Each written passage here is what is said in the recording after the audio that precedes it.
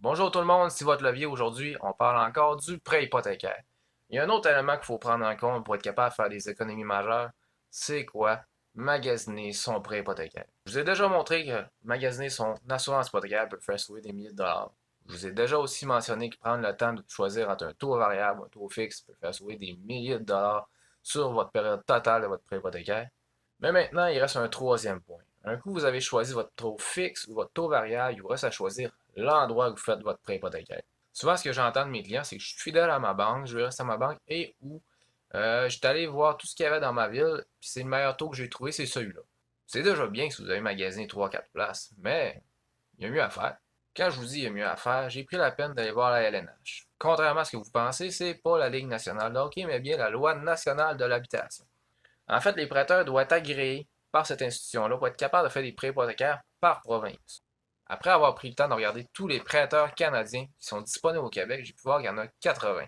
Donc, après avoir fait une vérification de vos 4 compagnies prêteurs dans votre ville, je dois vous annoncer qu'il peut en rester jusqu'à 76 à vérifier.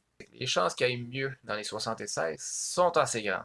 Cependant, je ne suis pas un courtier hypothécaire, donc appelez-moi pas à ce niveau-là. Je ne peux pas vous certifier lequel est compagnie le mieux, lequel va offrir le meilleur taux, lequel qui est le meilleur pour votre situation. Appelez un courtier hypothécaire compétent. Mais je suis quand même allé voir lequel des compagnies était le plus avantageuse actuellement dans les institutions financières standards.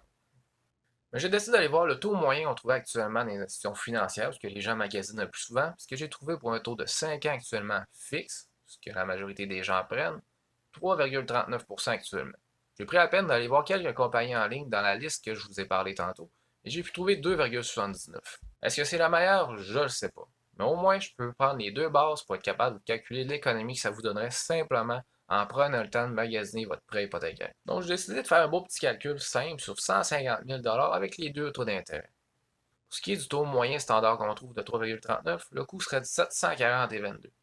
En ce qui concerne le taux que j'ai trouvé, 693,80. Donc, économie de 46,42 directement sur vos paiements.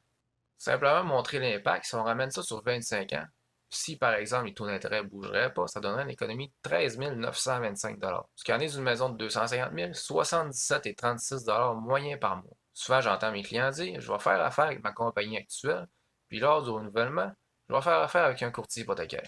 Mais il y a un point majeur que vous devez savoir, c'est que l'économie majeure, c'est dans les premières années, et non pas par la suite. En effet, je vous montre le graphique des paiements à long terme d'intérêt que vous allez payer. C'est les premières années, dont l'année 1 à 5, vous allez faire la plus grande économie. Une économie de un peu plus de 4 250 pendant vos 5 premières années.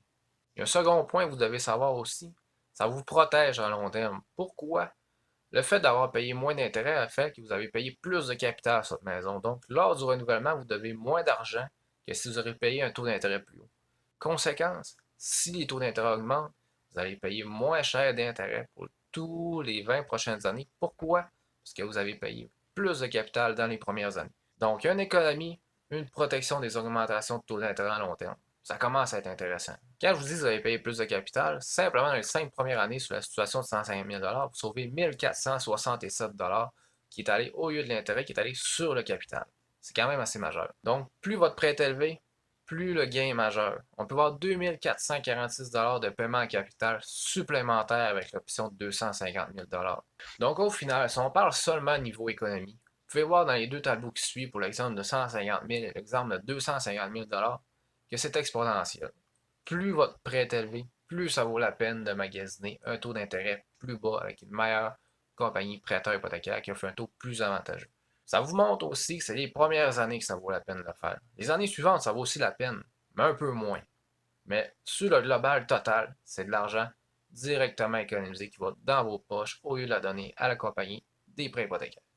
Morale de l'histoire, 13 900 sur 25 ans d'économie si vous faites simplement magasiner votre prêt hypothécaire sur 25 ans. Et sur 250 000, 23 209 Cet argent-là économisé, vous en faites ce que vous voulez. Vous pouvez accélérer vos paiements hypothécaires pour sauver encore plus d'argent, parce que c'est de l'argent que vous auriez à la base déjà donné à votre institution financière. Donc vous êtes déjà habitué probablement à le payer. Vous pouvez utiliser cet argent-là pour payer vos dettes sans devoir verser une somme de plus de vos poches. Commencez à planifier votre retraite, donc vous pouvez utiliser cet argent-là pour dans votre retraite sans devoir débourser une somme de plus de vos poches.